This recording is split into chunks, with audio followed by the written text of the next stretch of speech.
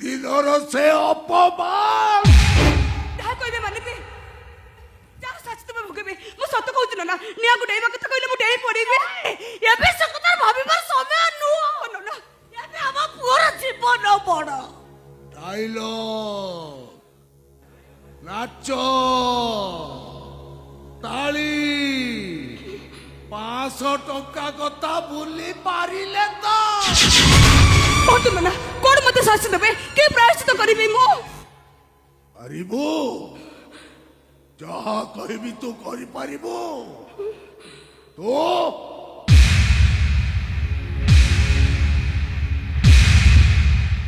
বিধবা হই যা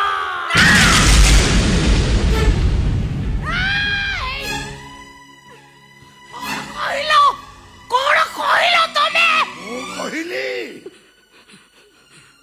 ସୂର୍ଯ୍ୟ ମିଶ୍ରର ଝିଅ ଶୀତଲ ମିଶ୍ର ବିଧବା ହବ ପଥରୁ ସିନ୍ଦୁର ପଚିବ ହାତରୁ ଶଙ୍ଖ ଭାଙ୍ଗିବ ବେକରୁ ମଙ୍ଗଳ ସୂତ୍ର ଖୋଲିବ ଚିତ୍କାର କରି କହିବ ମୋ ସ୍ୱାମୀ ମୋ ପାଇଁ ମରିଗଲା ଏ ବାସେ ତୁ ପଳା ମୁଁ କହୁଛି ତୁଠୁ ପଳା ଆଲୋ ସ୍ତ୍ରୀ ପଡ଼ିଆରେ ଓଜନ ଥିଲେ ତା ସ୍ୱାମୀକୁ ଜମା ବି ନେଇ ପାରିବନି ଆଲୋ ପ୍ରତିଭୂତ ସ୍ତ୍ରୀ କେବେ ବିଧବା ହୁଏନି ମୁଁ କହୁଛି ତୋ ସ୍ୱାମୀର କିଛି ହବନି ଯା ତୋ ସ୍ୱାମୀ ପାଖକୁ ତୁଠୁ ପଳେଇ ଯା କି ଏଡ଼େ ସତୀ ସାବିତ୍ରୀ ସତୀ ପଡ଼ିଆ ଦେଖାଉଛୁ ତୁ କହିବାକୁ ଚାହୁଁଛୁ ତୋ ପାଇଁ ମୁଁ ବଞ୍ଚିଛି ଖାଇବାକୁ ପାଉନଥିଲ ଚୁଡ଼ା ଖାଇ ବଞ୍ଚୁଥିଲ ଚିରା ସାର୍ଟକୁ ସିଲେଇ କରି ମତେ ବାହା ହବାକୁ ଯାଇଥିଲ ମୁଁ ଆସିଲା ପରେ ଇଟା ଶ୍ରମିକରୁ ଇଟା ଭାଟି ମାଲିକ ହେଲ 50 ଟଙ୍କାରେ ଗୁଣ୍ଡା ପାଟ କରୁଥିଲ ଏବେ ବିଲିୟନ କରୁଛ ପଳା ସେ ତ ମୁଁ କହୁଛି ତୁଠୁ ପଳା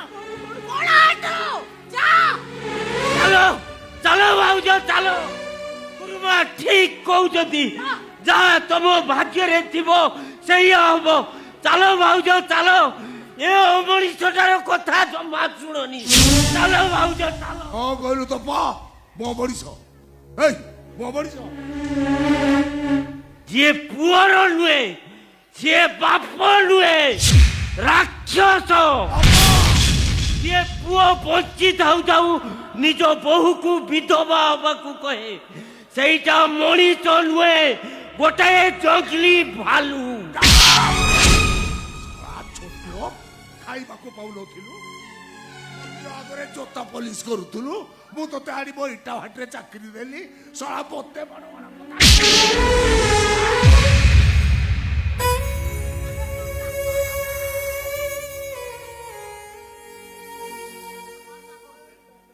ମୋର ଭୁଲ ହେଇଥିଲା ସେଦିନ ତମ କଥା ମାନି ତମ ପାଖରେ ଚାକିରି କରିବା ଭାବିଥିଲି ସବୁ କଳାକାର ଗୁଡାକ ହୃଦୟବାନ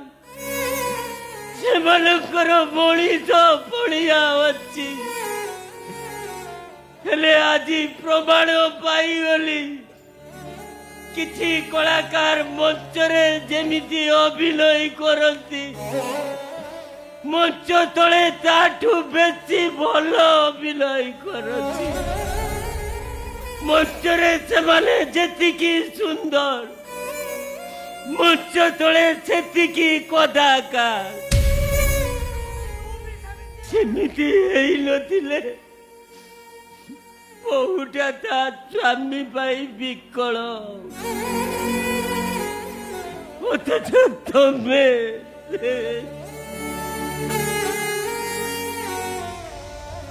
ମୁଁ ଆପଣଙ୍କ ହାତ ଯୋଡୁଛି ଆପଣଙ୍କ ଗୋଡ ତଳେ ପଡୁଛି ନନା ମୋ ସ୍ୱାମୀକୁ ବଞ୍ଚେଇ ଦିଅନ୍ତୁ ନନା ମୋ କଥା ମାନି ବିଧବା ହେଇଯା ଦେବତାରୁ ସିନ୍ଦୁର ଆଙ୍କିଦେ ହାତରୁ ଶଙ୍ଖ ବେକରୁ ମଙ୍ଗଳ ସୂତ୍ର ଖୋଲି ଦେ ନନା ଆପଣ ବୁଝୁନାହାନ୍ତି କାହିଁକି ଶପଥ କି ବିନା ମୁଁ ବଞ୍ଚି ପାରିବିନି ବଞ୍ଚି ପାରିବିନି ମୋ। ଅଥର କାହାରି କଥା ବୁଝି ପାରେନି ଲୋ ସେ ତ।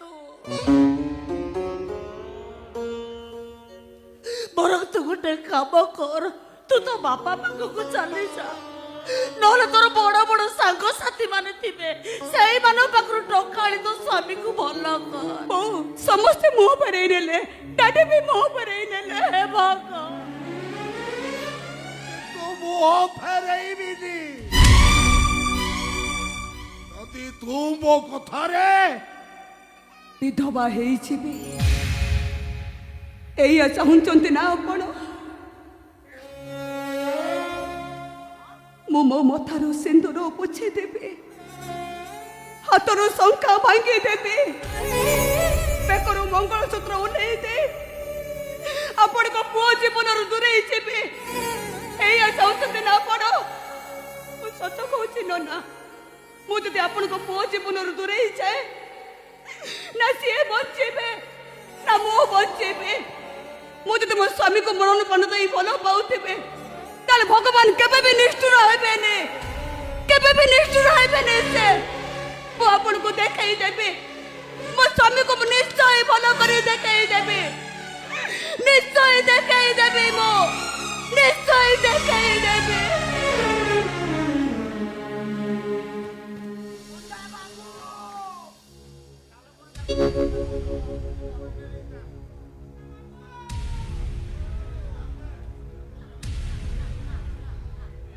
ବାହାଘରର 8 ବର୍ଷ ପରେ ପୁଅ ଜନ୍ମ ହେଇଥିଲା। ସେଦିନ ତମେ ଖୁବ୍ ଜୋରରେ ହସିଥିଲ। ଆଜି ପୁଅ ମରିବାକୁ ଯାଉଛି, ତମେ ହସିବ ନା କାନ୍ଦିବ? ହରିଆ ଅଲ୍ଲାହ କହିଲା ଭଲା, ଯିଶୁ କହିଲା ଭଲା, भगवान भी कहला भला, लेकिन ये सारिया कहला बुरा। तबे जहाँ कलो बुरा कलो, मने रखो मो पुअर जदि किछि हेई जाए ताहले भाबी नब तमे मो भाग्यरे नथिल।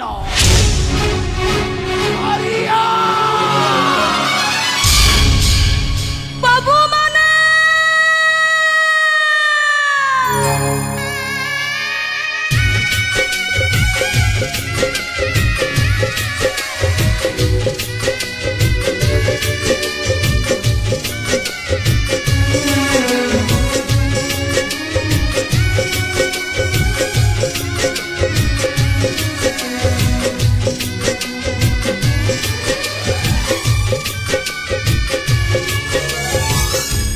भाग्य बड़े हरिश्चंद्र पड़े सब, भाग्य बड़े नल राजा काटे घास, मो भाग्य मो भाई बहिरी साजे बाबू, मोर समस्ते थिले, आज मोर केही नांते, समस्ते मो ठारू डोरेई गले, अच्छे से मरण सह लड़ाई करुचे। टका नहले मो स्वामी मरी जिबे बाबू, आपण मन मते साहाय्य करंतु, मो स्वामी रो जीवन